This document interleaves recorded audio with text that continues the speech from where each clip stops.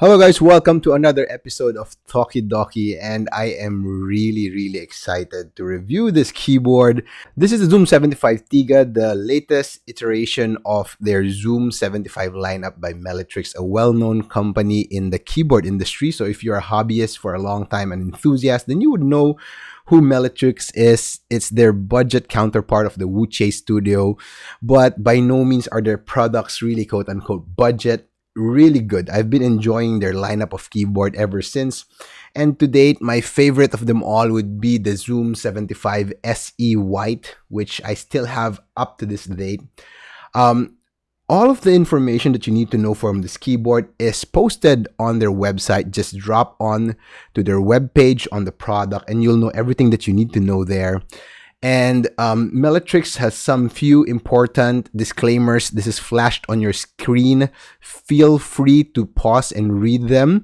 The only thing that really interests me is the pronunciation. They say specifically that this is the Zoom TIGA, not the Zoom Tiger or the Zoom TIGA. TIGA. It's a TIGA keyboard. All right. With that out of the way, guys, this is going to be a quick review and thoughts on the keyboard. No build guide, no fancy information whatsoever. You can find that all in the internet. It's already there. I would like to focus your very short attention. Nowadays, it's the era of reels and YouTube shorts.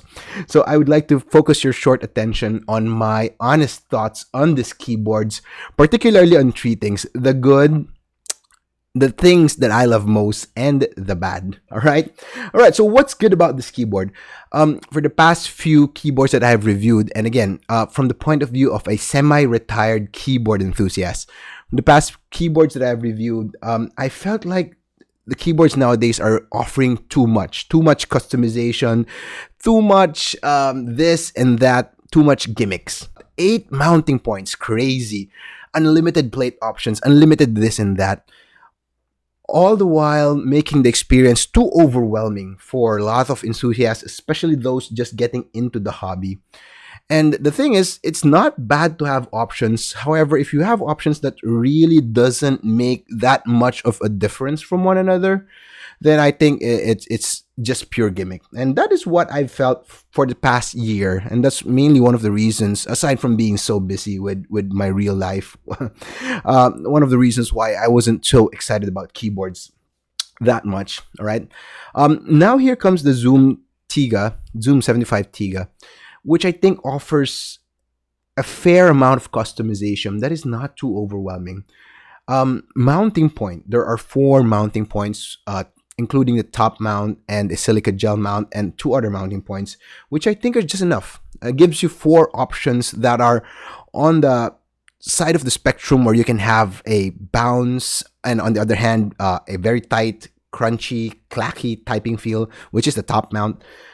So I think that's really good. It's really good that they tried to narrow down the keyboard to the essentials. You do get a screen, which I really love. It's already plugged in there. You do get a scroll button, which you can use to control your volume and program it to how much you would need it. And it's really nice. And another good thing about this keyboard is the simplicity of the build process. So that's one of the things that they marketed in their webpage. You can build this keyboard in less than 30 minutes. All right. But honestly speaking, I can build this way faster than 30 minutes, depending on the mounting point that I'd be using. I've built this keyboard for just 10 to 15 minutes using the silica gel mount, and that's really convenient. No daughter board that you have to put. Everything's magnetic. Everything is connected instantly. That's really awesome, Meletrix, because the thing that I really hated about keyboard offerings lately is that you have lots of options for customization, yet it's too cumbersome. It's too cumbersome to remove everything, put everything back. Yes, there's a screwless design which has been present for quite some time, but you do still have to place in some daughter boards and stuff. This one, it's a screwless design, so you can just pop off the top case. All right. And everything comes right off. So you have your connection for the daughter board, and you have your connection from the screen, and your connection for the scroll wheel, all magnetic. So that's how fast it is to assemble. All right. Um, the stabilizers are really good. I just had to lube them. All of the stabilizers came in balance. So yeah, if you're a seasoned keyboard builder, you can build this in 10 to 15 minutes. If you're a beginner in the hobby, just watch some YouTube videos and you could probably build this in 30 minutes as they claim. So what do I love most about this keyboard? Number one, it's so easy to build. I've said that for the past 5 minutes, so let me reiterate that it's really, really easy to build. Number two, it is customizable, but not overwhelmingly so. It's for me, it's the right amount of customization, it's the right amount of options. You have everything that you need to build different builds from Talkie, Clacky, whatnot. It's all everything is there. All right. And number three, the Zoom, among all the Zoom keyboards that I've tried, this would probably have the cleanest sound profile of them all. Very decent, very mature sound profile. It's not the loudest keyboard, as with most of the Zoom lineups, which tend to be on the muted side. It sounds clean, it sounds really nice, especially with that cork plate foam. All right, cork design. Not sure if this is the first time that cork has been used for PE and for plate foam. It really sounds nice. It sounds nice. It cleans up the sound of the keyboard in general without giving you that foamy sound signature that a lot of people. I like the foamy sound signature, but a lot of people tend to find it taboo, especially the purest ones. Okay, so I think the cork plate comes in between of that plateless build and that foamy build, and I love it. I just love it. It makes the sound a bit poppier, a bit cleaner. Although, do note that I tried building it with the cork plate foam and the cork PCB foam, and I think the cork PCB foam kind of muted my switches too much. So check this out.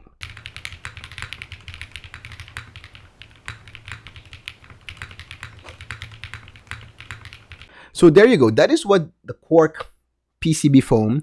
So I tried to remove that and put in just the cork plate foam, and it felt livelier. I love the sound more, but a little bit more lacking. So I did a 1-layer tape mod.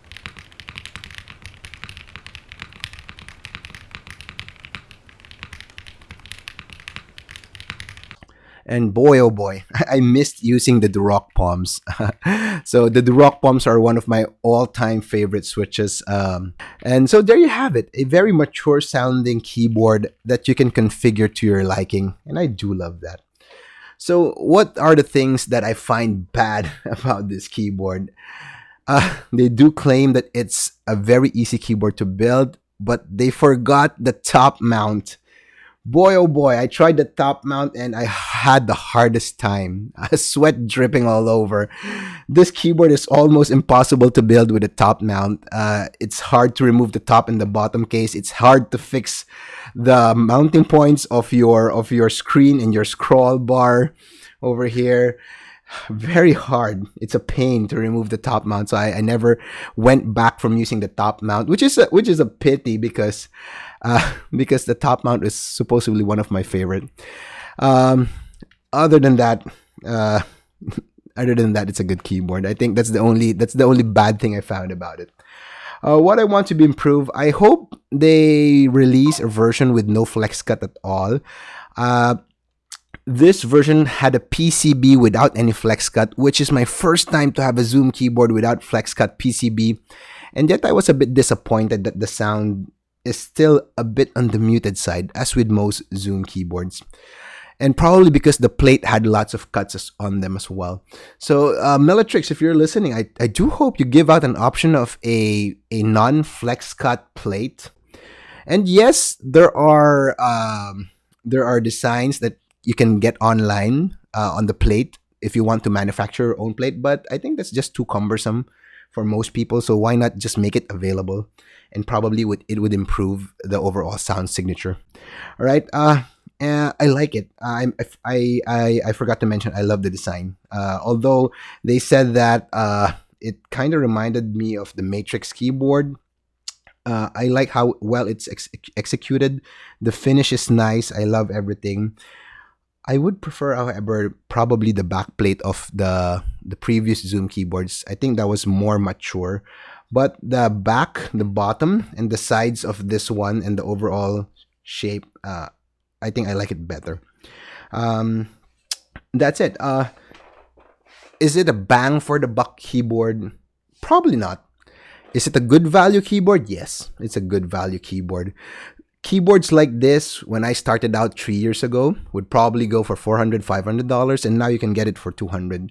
And I think that's where the industry is really going, making things more affordable for the keyboard users. Um, how does it fare to my Zoom lineup? Right now, it's playing a little bit on the top of the list, probably on the bottom of the Zoom 75 SE, which I really, really love, the Zoom 75 SE White.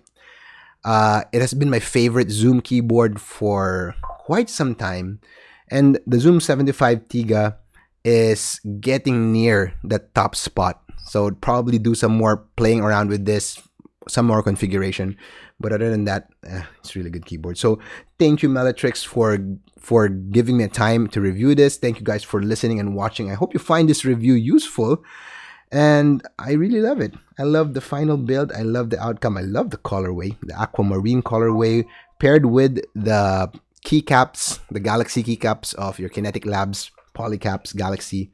Really good, really nice. So this will probably stay with me for quite some time. So I tell you that you know that the a board is good personally for me if it stays in my collection. Otherwise, it goes. All right. So thank you guys. This is Talkie Dokie, and I hope to see you on the next video. I wonder when will that be.